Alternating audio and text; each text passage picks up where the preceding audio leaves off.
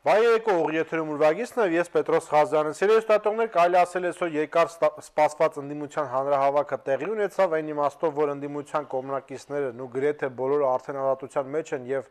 ազատության հրապարակում ելույթ ունեցան,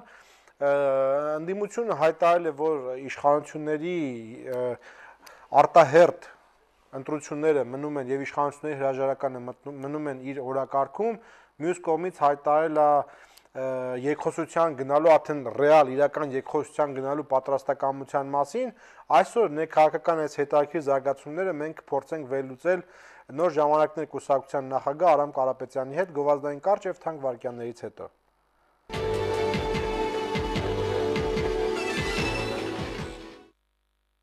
Եվ այսպես, ելույթ ստատողներ, այսօր Լևոն Տեր-Պետրոսյանը հանրահավաքին հայտարարեց, որ այսպիսով նկատի ունելով Հայ ազգային կոնգրեսի առաջ քաշած 3 պահանջների կատարման հանգամանքը, մենք արդեն պատրաստ ենք իշխանության հետ ֆորմալ, այսինքն պատվիրակությունների մակարդակով երկխոսության։ Առաջիկա օրերին մենք կորոշենք մեր պատվիրակության կազմը, որը բաղկացած կլինի 3-ից 5 հոգուց, եւ իշխանությունները կներկայացնեն երկխոսության մեր օրակարգը։ Այսինքն ընդդիմություն իշխանության երկխոսությունը ֆորմալ ձևակերպում է ունենալու, ընդդիմության կազմից 3-ից 5 հոգի լինելու, Տեր-Պետրոսյանն ասել է, որ հավանաբար իրենց օրակարգը լինելու է իշխանության հրաժարականը, բայց նաև նշել է, որ իշխանությունը նույնպես օրակարգ է ունենալու, որի շուրջ նրանք կնստեն եւ հավանաբար կհամագործակցեն։ Ինչպես ասում են, ընդդիմությունը իր ֆորմալ այոն ասել է եւ այսօր մենք այս ամենը կքննարկենք նոր ժամանակներ կուսակցության նախագահ Արամ Կարապետյանի հետ 34-90-53 զանգարեք եւ ձեր հարցերը ուղղեք Արամ Կարապետյանին։ Բարեկո պարոն Կարապետյան, շնորհակալություն հրավեր ընդունելու համար։ Պարոն Կարապետյան, երբ որ ձեզ այսօր հարցերին ասեն, ինչի չեք գնում հանրահավաքի, դուք ասեք չեք գնում, որովհետեւ գալու եք ինձ հյուր։ Դուք շատ լավ կարող եք հանրահավաքին մասնակցել եւ ինձ հյուր կհասցնեիք։ Արդյոք սա նաեւ ասել եք, որ պետք է պատրաստեք կռվի, չգիտեմ, ինչ կռվի մասին է խոսքը, ինչ կռվի եք պատրաստել, բայց ինչու իրոք չեք մասնակցել հանրահավաքի ընդդիմության։ Ուրեմն նախ շնորհակալություն հայտնեմ, շատ ուրախ եմ, որ այս տաղավարում եմ նորից։ Երկար տարիներ 4 տարի, մոտավորապես 2007-ից այս կողմ, ինչ չի հաջողվել որևէ տաղավարում ելույթ ունենալ, եւ ես կարծում եմ, որ հիմա եկել է ժամանակը։ Բայց եկի մեդիայով կարծում ես դες այո, երկու անգամ հայ-թուրքական հետ կապված ես ելույթ ունեցել եմ եւ շատ ուրախ եմ, որ մեզ հաջողվեց այդ ամենը կանգնեցնել ժամանակին բոլորի օգնությամբ։ Հիմա ինչ վերաբերում է հանրահավաքին, ես այսօր բացի նրանից, որ հանրահավաք էր, մենք հավաքել էինք նաեւ մեր ակտիվը տեղերից եկող մարդկանց նոր ժամանակների կուսակցության կառույցների ղեկավարներին, որովհետև ես ցավոք սրտի երկրորդ անգամ թույլ չտվեցին հավաքվել հյուրանոցներում, որտեղ մենք վարձում ենք։ Եվ մենք այսօր դարեցինք բացօթյա։ Այդ հավաքից հետո, որը տևեց մոտավորապես 1 ժամ, մինչև հանրահավաքը, ես մեր կուսակցության ներկայացուցիչներին ասեցի, ով ուզում է հանրահավաքի մասնակցել, թող մասնակցի, իսկ ես պատասխանելու եմ, որովհետև 4 տարի չեմ եղել այս տաղավարում եւ որևէ կավի խնդիր ես իհարկե չեմ դրել որևէ մեկի հետ կավելու, ես նկատի ունեմ ներկայացնելու տեսակետները եւ կավի խնդիր չի։ Ինչ վերաբերում է երկրորդ խնդրին, որ հանրահավաքին ես չեմ մասնակցել, ես կարծում եմ, որ ոչ բոլոր հանրահավաքներն է, որոնք թողնում են քաղաքական հետք։ Այսինքն հանրահավաքներ կան, որոնք ունեն Դուք ասել եք, որ լուրջ process չի սկսվել այսօր այս հանրահավաքից։ Եվ եթե Բայց տեսեք, ընդդիմությունը Տեր-Պետրոսյանի շուրթերով հայտարարել է, որ իրենք պատրաստվում են պատվիրակությունների մակարդակով ֆորմալ 3-ից 5 հոգուց բաղկացած սկսել իշխանության հետ երկխոսություն։ Համաձայնում եք, սա լուրջ process է եւ սա աննախադեպ process է Հայաստանի ներքաղաքական կյանքում։ Ուրեմն ինչքան ես եմ հիշում Պետրոս ձեր հաղորդումներից որոշները նայելով, այս տաղավարում այնքան է ասվել դրա մասին արդեն եւ դու եւ ֆորմալ երկխոսության մասին չի ասվել։ Չէ, այսինքն եղել են վերլուծություններ, կանխատեսումներ։ Ընդհակառակը ես հիշում եմ, որ նույնիսկ հենց այդ բառերը ֆորմալ են ասել, այսինքն ֆորմալ երկխոսության մասին խոսվել է, դուք երևի նկատի ունեք, որ հիմա դա դառնում է ֆորմալից որպես գործողություն։ Առարկայական, այսինքն մենք բոլորս էլ դա իմացել ենք եւ դա ինչ նոր լուրջ process է, որը այ լուրջ process կլիներ իմ կարծիքով, եթե այնտեղ ասվեր իմ տեսակետն է դա, որ ասվեր, որ այսօրվանից սկսվում է այսպիսի գործընթաց, կոնկրետ օր, ժամ, որ եթե այդ օրը ժամին չի կատարվում արտահայտություններ, մենք գնում ենք այլ ճանապարհով։ Դա եղավ տրամաբանության մեջ նորմալ գործընթաց։ Այսինքն Այսինքն Մարդիկ ասում են դա մեր օրակարգում է։ օրակարգի խնդիրը չի։ Օրակարգը կարող է տևել 5 տարի։ Նա այդպես ասում են դա process է, պարոն Ճիշտ է, Կարապետյան։ պրոցեսը, այսինքն ինչ պրոցես է, երբ որ կա առաջիկայում հերթական ընտրություններ, թե խորհրդանական, թե նախագահական։ Ես դեմ չեմ, ամեն մի կառույց ինքն է ընտրում իր մարտավարությունը, թե ինչպես կշարժվի։ Եվ ես կարծում եմ, որ այդ մարտավարության մեջ, եթե մինչև այսօր մենք բոլորս իրար հետ գնացել ենք այն գործողություններին, որ մեզ պետք են արտահերթ ընտրություններ, եւ ես կարծում եմ այդ արտահերթ ընտրությունների համար բոլոր նախադրյալները արկա են, բացակայում է քաղաքական պահը, որովհետեւ առանց քաղաքական պահի ստեղծել ուղղակի իրավիճակ շատ բարդ է քաղաքականության մեջ։ Դրա համար իմ տեսակետը մնում է այն, որ եթե ՀԱԿ-ը գտնում է, իսկ դա իրենց գործն է, եւ ես կարծում եմ, որ այդ հարցերը պետք է տալ արդեն ՀԱԿ-ի ներկայացուցիչներին,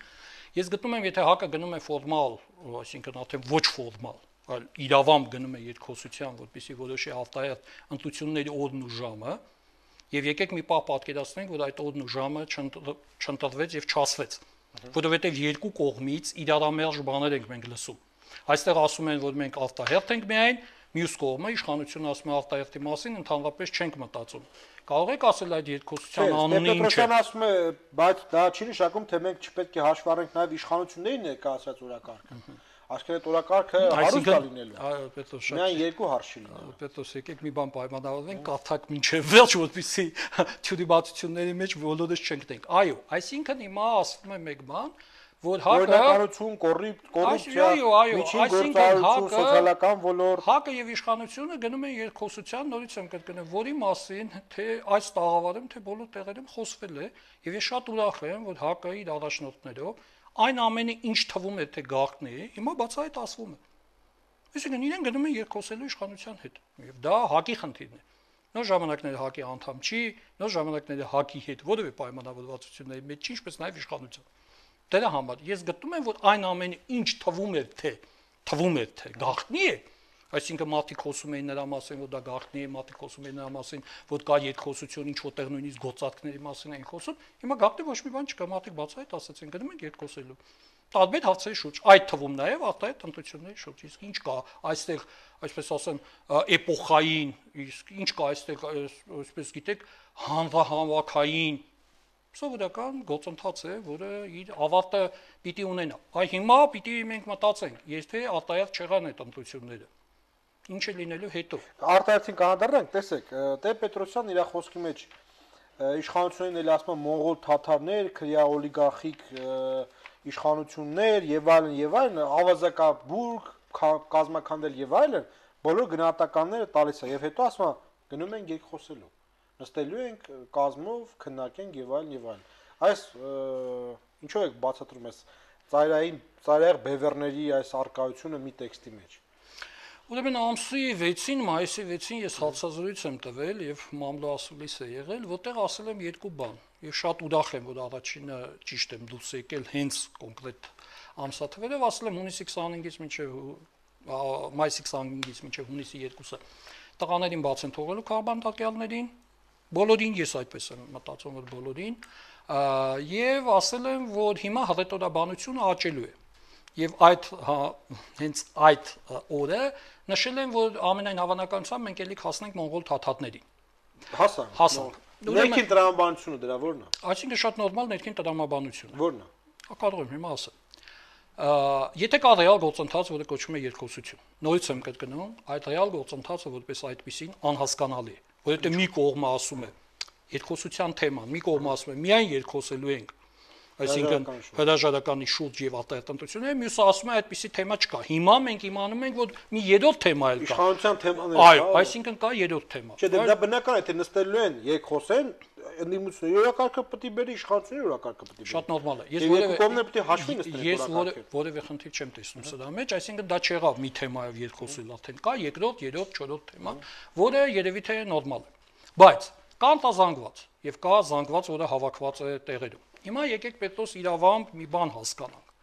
Այն պահից, երբ որ այս ամենը սկսվեց, իսկ այս ամենը սկսվեց 2007 թվականի խորհրդարանական ընտրությունների ժամանակ, երբ որ մենք իմպիչմենտը հանրապետությունը նորալիք սկսեցինք բարձրացնել, հիշում եք մայիսի 9-ի բախվելը, այդ հանրահավաքները, որոնք բավականին մարդաշատ էին եւ այլն, որի հիման վրա հետագայում Տեր-Պետրոսյանը կարողացավ մտնել նաեւ քաղաքական դաշտ, հավաքել նոր թիմ եւ այլն։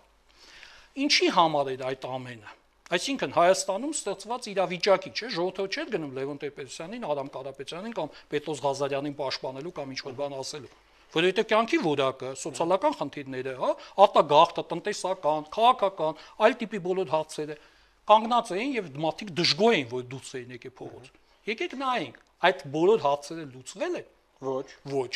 Պարտվելու իրավիճակը պարտվելու խնդիր ունի իշխանությունը նոր ընտրություններից առաջ, թե ոչ։ Իհարկե ունի։ Մարտի 1-ից հետո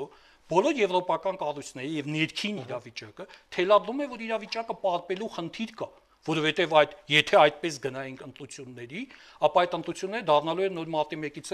էլ ավելի վատ։ Այսինքն խնդիրները չեն լուծվել եւ մենք պիտի երկխոսենք։ Հիմա եթե խնդիրները չեն լուծվել, իշխանության հետ ինչ-որ մի քաղաքական ուժ որոշել է երկխոսել։ Հայաստանում նույնիսկ եթե այդ երկխոսության իմաստը իսկապես գործածքը չի։ Ենթադրենք գործածքը չի, մարդիկ իրավամբ հավատում են եւ ուզում են հարցնել։ Հայաստանում ինչ են ասելու։ Հայաստանում միանգամից ասելու են գնացին դարձան հաճախորդ։ Որպեսզի նմանատիպ թեմաներ չծագեն, անպայման հռետորաբանությունը ժողովրդի համար պահպանվում է այնպիսին, ինչպիսին եղել է մինչ այդ։ Մողոլ թաթարներ։ Այո, մինչև այդ ինչ ասվել է։ Ես նորից եմ կրկնում։ Ժամանակը միայն կարող է ցույց տալ, ՀԱԿ-ը իսկապես գնում է այն ամենին, ինչ ասվել է, եւ այսօր որևէ մեկը դա չի կարող ասել։ Այսինքն գնում է արտահայտ կազմաքանդելու եւ այլն, որովհետեւ Հայաստանում կազմաքանդելու եւ իրավիճակը փոփոխելու ամեն ինչ մնացել է այնպես, ինչպես կա։ Որևէ մի բան, բացի նրանից, որ հիմա իշխանությունը պատմում է իրավիճակը եւ անում է քայլեր պատպելու համար, եւ դա իսկապես քայլեր են,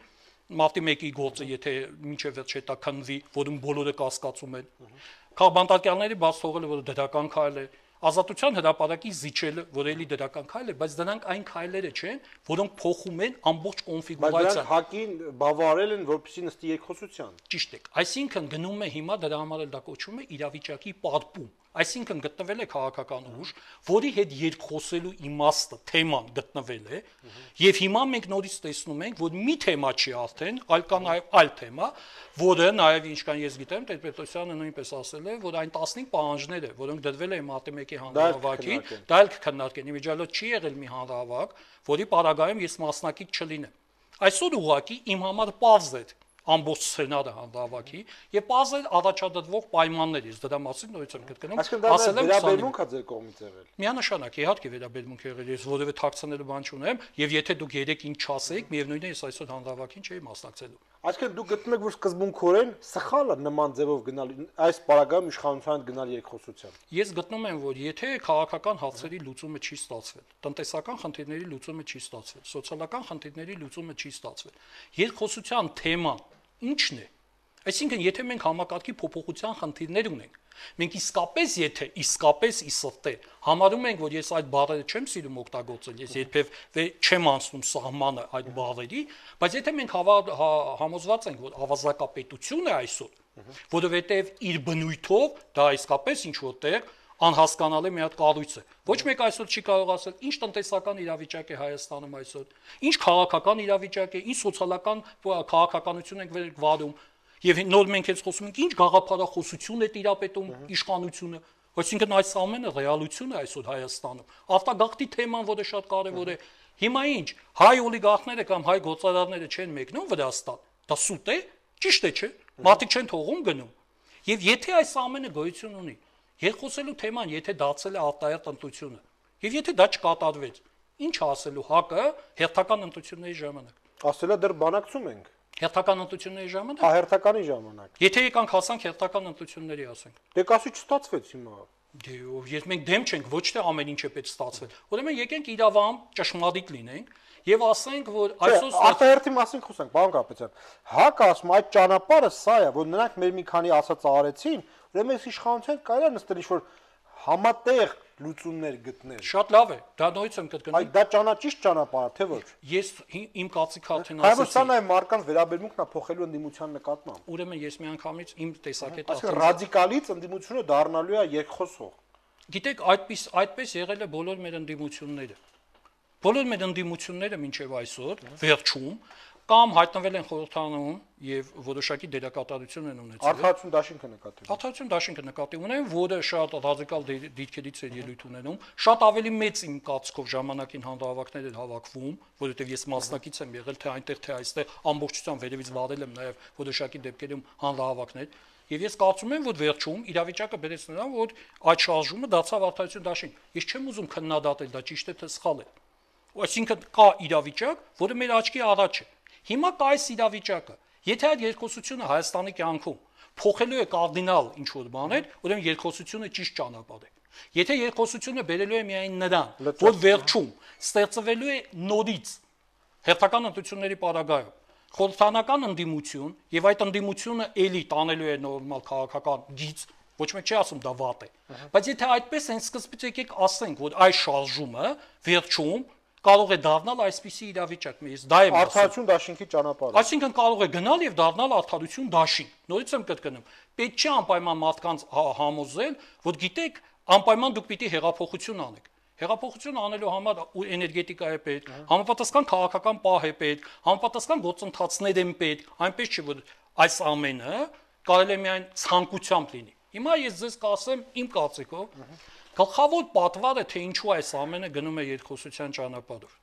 Սա ավելի շատ արտաքին քաղաքական վեկտորի խնդիր է, քան ներքին քաղաքականության։ Ռուսաստանի դեմ այս ամեն ինչ։ Ես չեմ կարծում, որ դա ուղղակի Ռուսաստանի դեմ է։ Նրա փոքրանա այստեղ խաղալու հնարավորությունը։ Ես հիմա դրան կանդրադառնամ, բայց կարծում եմ, որ իրավամբ ուղղակիորեն դա այդպես չի, հենց ուղիղ ուղղված չէ դրան։ Այլ սա ուղղված է շատ ավելի լուրջ խնդրի։ Ուրեմն համաշխարհային հասարակությունը եւ էլիտան շատ լավ հասկանում է, որ Ղարաբաղի խնդրում եւ հայ-թուրքական հարաբերությունների հետ կապված խնդրում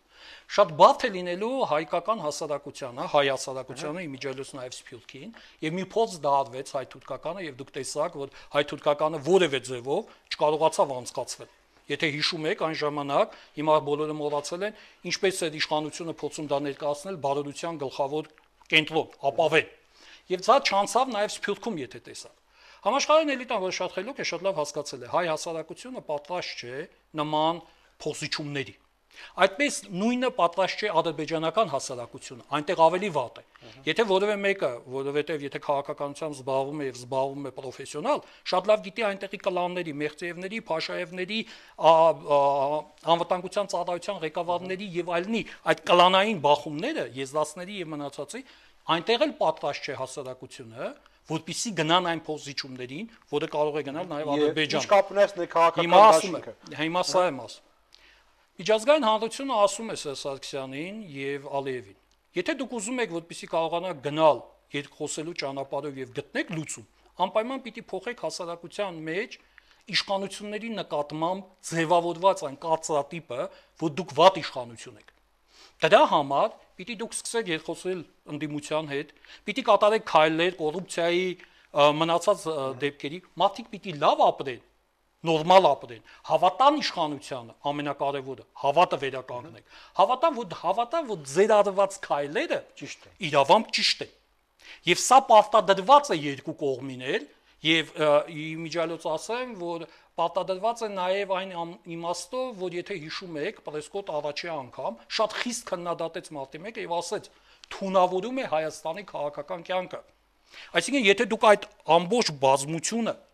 չեք կարողանալու ձեր հետևից ստանել որպես ազգային լիդերներ, դուք չեք կարող ազգային խնդիրներ լուծել։ Այսինքն, պարոն Կարապետյան, ձեր լոյկով ՀԱԿ-ը եկել է իշխանությանը օգնելու։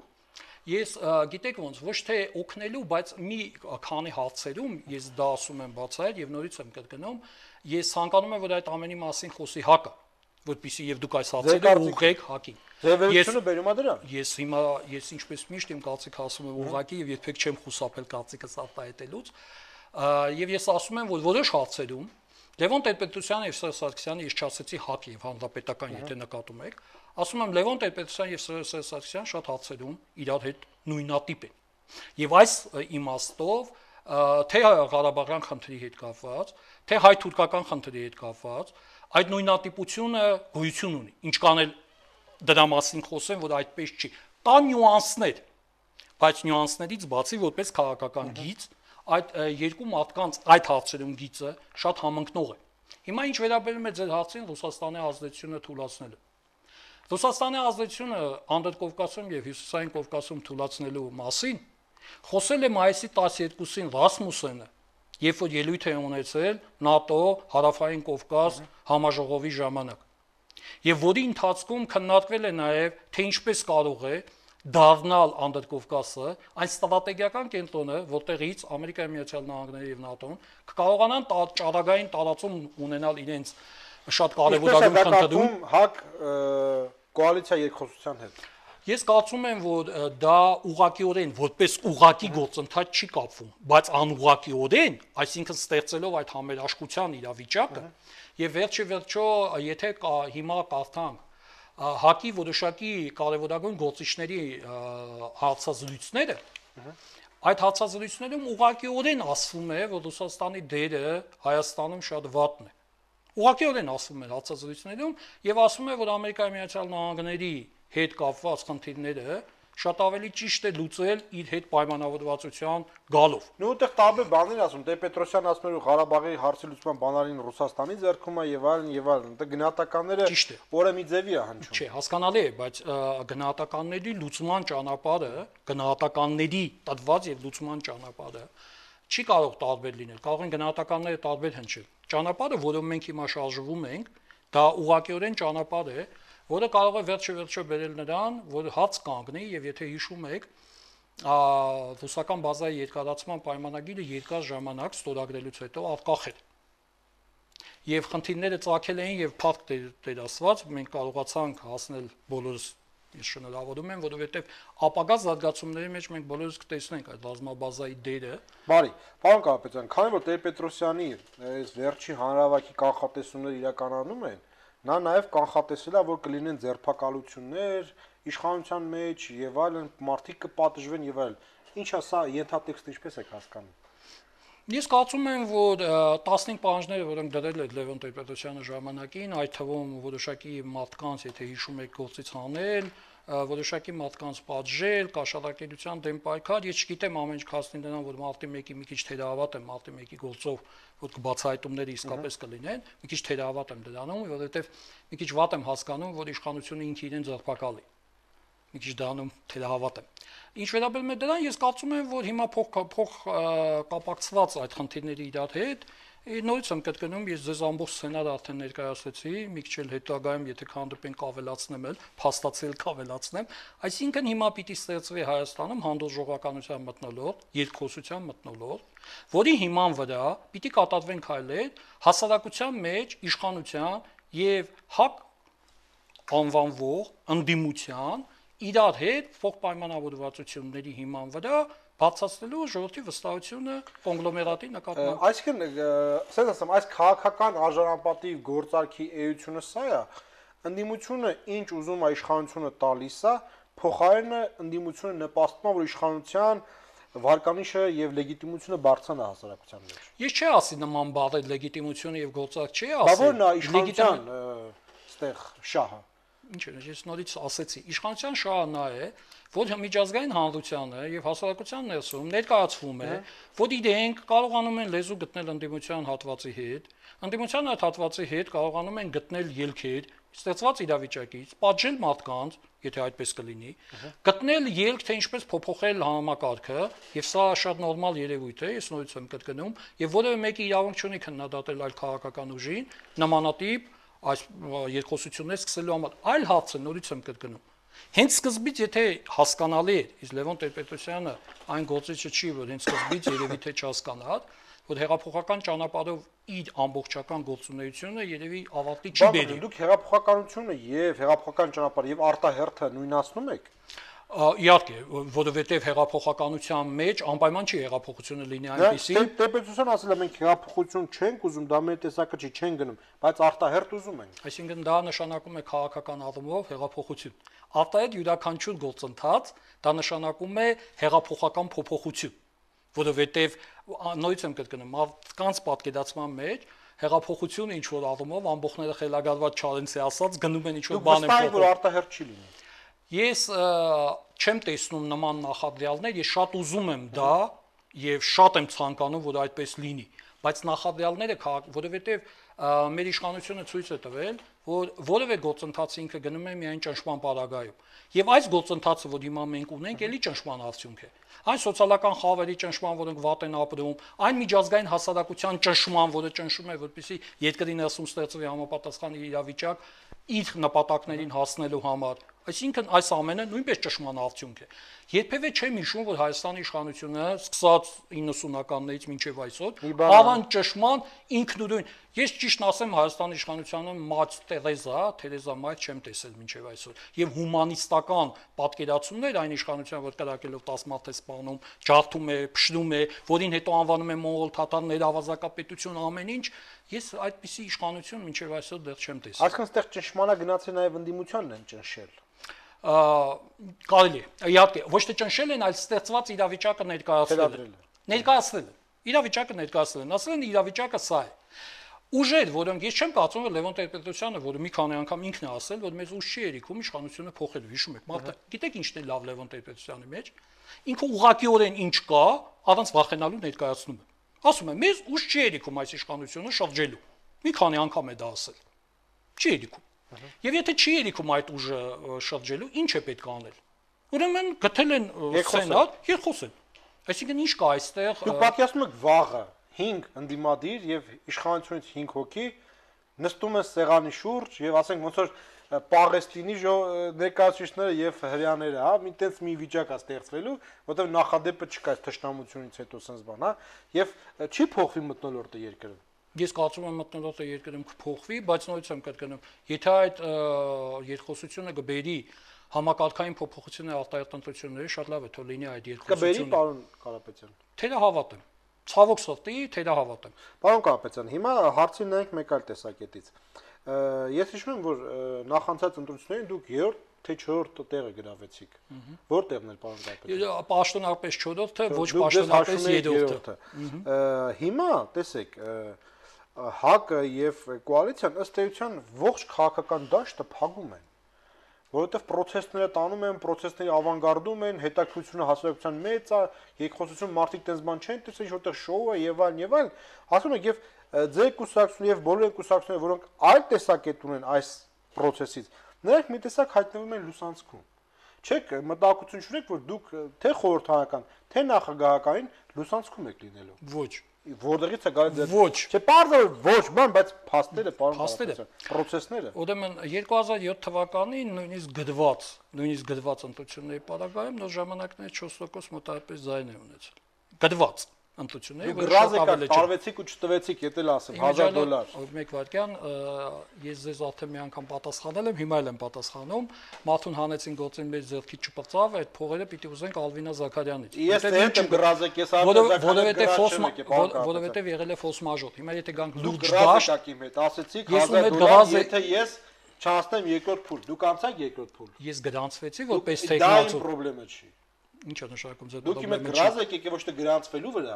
այլ երկրորդ փուլ անցնելու։ Եթե ես չեմ գրանցվել, ոնց է։ Ես ասում եմ, որ դες չեմ։ Հիմա ես պատասխան, հիմա, այսինքն դուք չեք ասում, որ չեն թողի, դուք ասում եք չեք հայտնվի։ Եկեք ճշմարիտ լինենք։ Հիմա եթե գանք լուրջ դաշտ ձեր ասվածին, ես կարծում եմ, որ լուսանցքում հայտնվում են այն քաղաքական ուժերը, որոնք ժողովրդի մեջ ունեն ընդունելություն։ Լուսանցքում չի կարող հայտնվել քաղաքական ուժը, քաղաքագիտական սխալ է ձեր տեսակետը։ Չի կարելի պայմանավորված ինտրիգային դաշտով մարդկանց թողել լուսանցքում կամ լուսանցքից այն կողմ։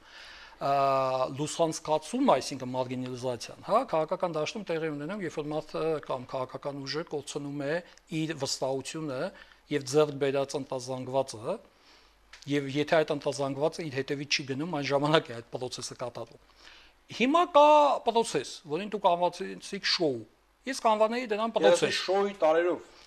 Այսինքն ես դրան կանվանեի process։ Եկեք սպասենք մինչև պարոն Կարապետյան։ Մենք դուրս չենք, մենք չենք ուզում մասնակից լինել։ Դե դա շատ մեծ տարբերություն է։ Այսինքն դուք կարծում եք, որ դուք շանսեր ունեք 2013-ի ընտրություններին։ Ոչ թե շանսեր ունեմ, ես համոզված եմ, որ նորից եմ կրկնում, հիմա արդեն նորից գնում եք քննարկում, որ ես հիմա էլ Հայաստանում ապրում եմ 2005 թվականից։ Մի անգամից ձեզ ասեմ, որ իմանաք։ 2005 թվականին հիմա մենք սկսել ենք դատական process, երևի կգնա հիմա էլ 2003-ին այդ ես չեմ մասնակցել։ Դուք ինչ չեք տեսել։ Եղել է կլոնը Արամ Կարապետյանի։ 2005-ին Այսինքն ես 2005-ից եմ Հայաստանում։ Չգիտեմ, մի քիչ տպավորություն ունեմ, ինչ կամ մոտենանք 2013-ին, ես դուրս կգա, որ 2010-ին եմ, այսինքն Հայաստանում կամ 2003-ին դուք մասնակցել եք ընտրություններին։ Այսինքն եթե 2013-ին գրանցեն ինձ, այսինքն նման գործընթաց գնա, ես այն ժամանակ ձեզ հետ էլի գտած կգամ եւ այն ժամանակ ուղղակիորեն գտած կգամ այս ուղիղ եթերում եւ տեսնեք։ Երկրորդ այն ժամանակ գրազեկանք, որ առնվազն երկրորդ տեխնատուն դուք եք լինում։ Այսինքն կանցնենք երկրորդ փուլ այն ժամանակ ասեցինք։ Դուք հիմա եք պատրաստ։ Ես հիմա ոչ, այո, ես հիմա ուրիշ թեմայով են գտած գալու եւ շատ ավելի լուրջ։ Որ թեման է։ Կգա ժամանակը խոսենք։ Բարի։ Պարոն Կարապետյան, դուք ասիք, որ ամառը թեժ կլինի, թե ոչ։ Ընդդիմությունը հայտարարել է, որ մի հատ էլ հունիսին կլինի։ Ոչ, միանգամից պատասխանում եմ, ոչ։ Բայց դրակը, բայց հանրահավաքը։ Այսինքն հանրահավաքը ինչ։ Հանրահավաքը շատ լավ է, շատ նորմալ է, հետո։ Ընդդիմությունը ասել է մի հատ էլ հանրահավաք հունիսին, ճիշտ է, օրը հələ չգիտենք։ Այսինքն ինչի շուրջ։ Այսինքն կրակը ինչի շուրջ։ Եթե սկսելու են երկխոսել, ուրեմն պիտի երկխոսեն թեման որոշեն, ինչ որ բաներին պայմանավորեն կամ չպայմանավորեն, դրանից հետո կամ կրակը լինի կամ կրակը չլինի։ Հետաքրքիր մարդ եք Պետրոս։ Այսինքն ինչի շուրջ կրակը վառեն։ Հիմա որոշել են ձեր ասելով, ձեր կապտացածով, որոշել են գնան իրար հետ խոսեն։ Այսինքն միջև չխոսեն, չվերջացնեն, չիմանան ինչի շուրջ է եւ այլն, իսկ դա ես կարծում եմ մինչև սեպտեմբեր մինիմում կգնա այդ process-ը, մինիմում։ Եվ սեպտեմբերի միգուցե տարբեր ուժեր, եթե նկատում եք, Պետրոս շատ հետաքրքիր է, կոալիցիային ասում էլ ուժերը, այնտենց միակամ չեն ու միահամուտ չեն։ Դա այն ուժը եղած չեղած։ Պարոն Կարապետյան, բայց այդ երկու ուժերն էլ են, չէ՞, առանձին ուզում բնական առանձին։ Պարոն Կարապետյան, այ ձեր քաղաքական ֆիշկան ո՞րն ալել։ Այ հակինը տեսնում են, կոալիցիանը տեսնում են, նրանք իրենց տեղը ունեն քաղաքական դաշտում, օրակարգ ունեն, հա, ձերը որ այ երրորդ ուժ ասվածինը ո՞րն է լինում։ Երրորդ ուժը ասվածինը ամենայն հավանականությամբ եթե ընտրում եք, բայց չեք գտնում։ Չէ, մենք արդեն գտել ենք եւ դա գտել ենք նաեւ այն իմաստով, որ գիտեք, մենք մի process ենք շատ բոլորս իրար հետ այդ երրորդ ուժը, որը հիմա անվանում են, մենք բոլորս իրար հետ որոշակի process ենք կանգնեցրել, որը դուք մոռանում եք ուղղակի, հայ-թուրքական արձանագրությունը։ Ես կանվանեի դա ավելի շատ ազգային պետականության խնդիրների հետ կապված գաղափարախոսություն։ Որտեղ իրար հետ տարբեր քաղաքական ուժեր, որ այնտեղ ոչ հակ կար, ոչ իշխանություն կար հայ-թուրքականի դեմ պայքարողների։ Դուք ասիք, որ այս երկխոսությունը ընդդիմության իշխանության միջև նաև հայ-թուրքական process-ի համար է։ Իհարկե։ Ես ասացի, որ Ղարաբաղի հարցով մանրամասնեցիք։ Ես ասացի եւ նա։ Այսինքն Թուրքիայում էլ այս ընտրություններ, այսինքն էլի հայ-թուրքական օրակարգ միանշանակ երկուսը իրար հետ էլի հետ է գալու։ Հետ է գալու, այսինքն Ղարաբաղը իր հետ է բերելու հայ-թուրքական փոխհարաբերությունների խնդիրը եւ իզուր չի հիմա այսօր մենք խոսում ենք 3 Վրաստանում արդեն գտնվում է Շվեյցարիայի նախագահը, որը նույնպես խոսակցությունները տարվում են տարբեր աղբյուրների, տարբեր ձևերով, բացելու նորից սահմանների հետ կապված խնդիրները եւ ես կարծում եմ, գիտեք, տպավորություն ունեմ, որ այս ամենը վերջում բերելու է նրան, որ Եվրոմիության կազմում են ուզելու տեսնել բոլոր 3 հանրապետությունները Անդրդ Կովկասի։ Լավ մի քիչ էլ երևի Հյուսիսային Կովկասից։ Հայկ Հակոբյանն ասում է տվեք ձեր կոնտակտները ՆԺԿ-ին անդամագրվելու համար։ Խնդրեմ, մեր հաղորդման շնորհիվ մի հոգի ուզում է ձեր կուսակցության շարքերը անցնել։ Ես կարող եմ տալ այդ կոնտակտները, խնդրեմ 077 85 77 86։ Մատ նորից, պարոն։ 077 85 77 86։ Ժանն ասում է ձեզ հետ համամիտ եմ, բայց ինչպես եք տեսնում Հայաստանի ապագան եւ որ ուժերի հետ եք հետագայում համագործակցելու։ Ես կարծում եմ, որ միանշանակ համոզված եմ, որ այդ ուժերը լինելու են գաղափարական նույն դաշտում։ Ես գտնում եմ, որ եթե Հայաստանում ազգային պետականության խնդիրները մենք չկարողացանք լուծել, ազգային դոկտրինը չկարողացանք դարձնել պետական քաղաքականություն, ապա Հայաստանը լավ ժամանակներ չի սպասում։ Դրանք 3 ավանդական կուսակցություններն են, դրանք այն ուժերն են, որոնք այսօր չեն ընդգրկվել ՀԱԿ-ում եւ իշխանության մաս չեն կազմում։ Կոնկրետ կան անուններ։ Ասեցի 3 ավանդական կուսակցություններ՝ Ժառանգություն, Դաշնակցություն, Ռամքավարներ, Սոցիալ-դեմոկրատ բանակցություն։ Բանակցություններ որոշակի առումով միայն գաղափարախոսական խնդրերի հետ կապված կա, եւ ես կարծում եմ, որ այդ համագործակցությունը ինչպիսին է նա լինի, վերածվի դա դաշինքի, լինի ընտրությունների ժամանակ, լինի ընտրություններից հետո այդ դաշինքը անխուսափելի է Հայաստանում ազգային պետականության հետ կապված խնդիրների գաղափարախոսություն եւ համապատասխան պլատֆորմ ստեղծվելու է։ Արմեն Պողոսյանն ասում է, ինչու Հայաստանում չկան մոլեռանդ ազգայնական ուժեր, ինչպես օրինակ Թուրքիայում, լավ է թե վատ է որ չկան։ Ես կարծում եմ, որ Հայաստանում մոլեռանդ ազգայնական ուժեր չեն կարող լինել, որովհետեւ Հայաստանը չունի ոչ կոնֆեսիոնալ խնդիրներ, չունի ոչ դեմոգրաֆիկ այդպիսի խնդիրներ, որ իր մեջ լինեն ինչ որ անհասկանալի, հա, տվյալ տիտուլի Եկին հակազդեցության խնդիրներ չկա, մոլերանտ ազգայնական չի կարող լինել։ Կարող է լինել ազգային ուժեր եւ դա շատ լավ է։ Հայերը ընդհանրապես եթե նկատել եք 99%-ի մոտ հայ ապրում այստեղ, մենք ցավոք սրտի եթե չհաշվի չառնենք այն բոլոր ստեղծված արատները, որոնք կապված են հայ եկեղեցու դեմ պայքարի, այսինքն նկատի ունեմ Եհովայի վկաներ եւ այլն, եկեղեցին էլ է մեկ, մենք չունենք որևէ տարբերություն եւ սա մեր մեծությունն է։ Եվ մեկ ազգ, մեկ հայրենիքը մեր համար իսկապես ընկալելի եւ դա համար չկա այդպիսի ազգայնական։ Կա ազգային եւ շատ լավ է։ Իսկ հայերը ընդհանրապես աշխարհում շատ տոլերանտ են։ Մարինա Օհանյան, պատրաստվում եք առաջադրվել նախագահական ընտրություններին։ Այո։ Պատրաստվում եք։ Այսօր կինս պետք է գար Երևան, Մարտունուց ճանապարհները փակել են։ Ինչու են փակում ճանապարհները, ասում է Վաչականը։ Ես կարծում եմ, որ ճանապարհները այսօր փակել են մեկ նպատակով, այսօր իրավամբ կարծում եմ փակել են ճանապարհները եւ կարծում են, որ Նիկոլ Փաշինյանի, Սասուն Միքայելյանի գործողությունները, այսինքն դուրս գալը ողջևորությունը, կարող է իսկապես բերել նրան, որ մարդիկ, որոնք մեծ մասամարզերից հավաքվելու են եւ մտադիր են որոշակի լուրջ գործողություններ, այսինքն ավազակապետության քանդելու եւ իշխանությունը իմ կարծիքն է դա ամեն ինչ արել է, որպեսզի ամեն ինչ պայի իր հսկողության տակ։ Եվ ստացվել է։ Ես չգիտեմ, որովհետեւ մասնակից չեմ եղել, ես չգիտեմ ստացվել է թե չէ, բայց ինչքան ես գիտեմ, այնտեղ շատ մարդ էր հավաքված։ Երբ է օդանավակայանը փակելու, սպասում ենք։ Իմիջիայլոց նաեւ ասեմ, պարոն կապիտան, որ իշխանությունները որոշել են նաեւ Փարաքյարի կազինոները քանդեն, հա, եւ ըստ էության նաեւ ձեր պահանջն են կատարելու, Փարաքյարը փակելու են։ Կարծես որ իշխանությունը նաեւ ձեր պահանջներն է կատարում։ Ես կարծում եմ, որ այնտեղ ավելի լուրջ է խնդիրը սպասում են եւ կարծում եմ, որ ճիշտ են սպասում,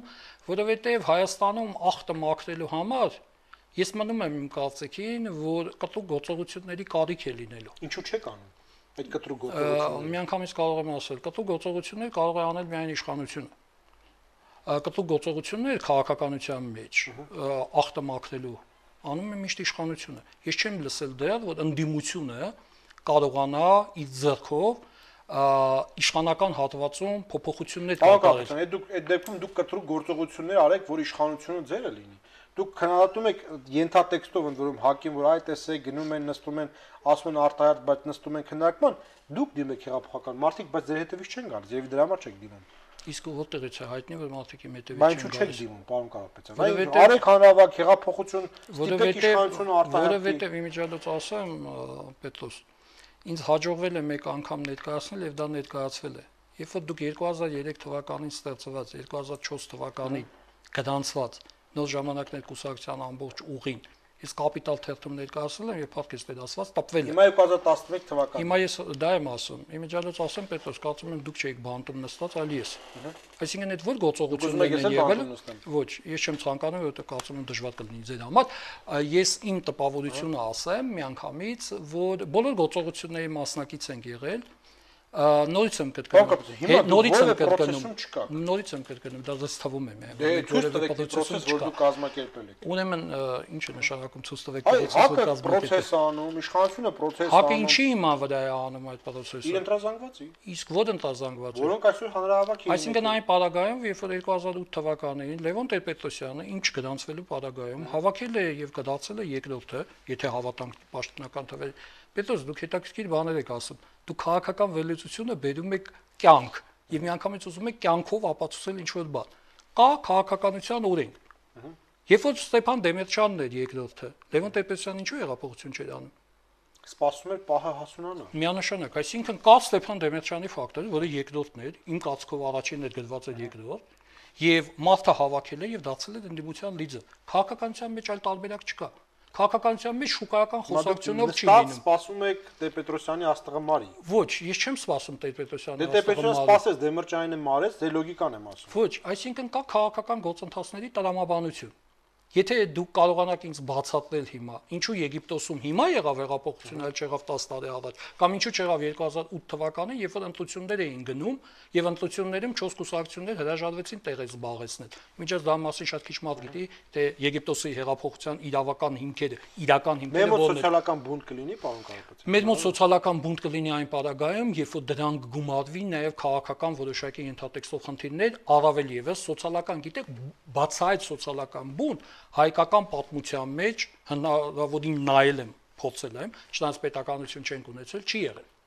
Սոցիալական Այդ բունտեր Թոնդրակյանները դրանք կրոնական էին, հա։ Թոնդրակյանները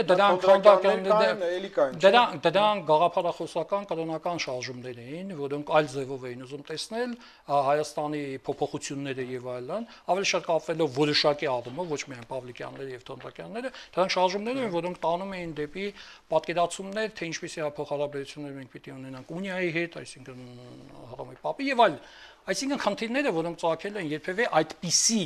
խնդիրները, որոնք ծագել են, ասենք Օրիլիվեր Կրոնվելի նման փոփոխության ժամանակ եղել ֆեոդալիզմից կապիտալիզմի անցման եւ այլն եւ շարժիչ ուժերը եղել են Կարլ Առաջինի գլուխն էլ կտրել են, այդպիսի շարժումներ մեր մոտ չեն եղել։ Մեր մոտ ամեն ինչ եղել է ավելի շատ դրսից թելադրված, որովհետեւ հիշում եք քանի անգամ են մեծ կտրել 143 թե 45, 145 կարծեմ, արքաներից մոտ 80%-ը զոհվել են ոչ իրենց մահով։ Եվ շատերը տարվել են եւ գլխատվել են այլ տեղերում։ Հիմա սոցիալական բունտ որպես այդպիսին միայն սոցիալական բունտ, մաքուր սոցիալական բունտ չի լինի։ Դրանք կգումարվեն քաղաքական ենթատեքստը, Ղարաբաղի խնդրի հետ կապված հարցերը, որոնք ոչ մեկ օրակարգից դեռ չի հանել։ Եվ ես ձեզ ասեմ, նոր ժամանակների հստակ նորմալ իր ընթացքով առաջ է գնում եւ քաղաքական պայի խնդիր կա։ Այդ երբ է եղել քաղաքական պայը, որ նոր ժամանակների մասնակից չի եղել։ 2007-ի ինքնություններին նոր ժամանակների առաջնորդը չէր, այդ խոսացողը բացացնողներից մեկը, իսկ ով էր իմպիչմենտը մենք եւ հանրապետությունը։ Ելով էր այդպիսի ուղղակիորեն այդպիսի սուտ խոսում։ Քանի մարդու մասին եմ ասել, որևէ մեկը պաշտոնի մնաց, Պետրոս։ Վաղ ամառը, պարոն Կարապետյան։ Այսինքն մի քանի ժամից արդեն ամառը։ 2 ժամից նույնիսկ մի քիչ։ Դուք ենթադրում եք խաղաղ հանգիստ ամառ։ Ես չասեցի խաղաղ հանգիստ, դուք ասեցիք հավդեհել եւ այլն։ Ես ասեցի թեժ ամառ չի լինի։ Ես ասեցի թեժ ամառ, քաղաքական թեժ ամառ չի լինի։ Շնորհակալություն, պարոն Կարապետյան, հետաքրքրության համար։ Սերիոս տատոներ, մենք զրուցում ենք Արամ Կարապետյանի հետ, կհանդիպենք վաղ ցտեսություն։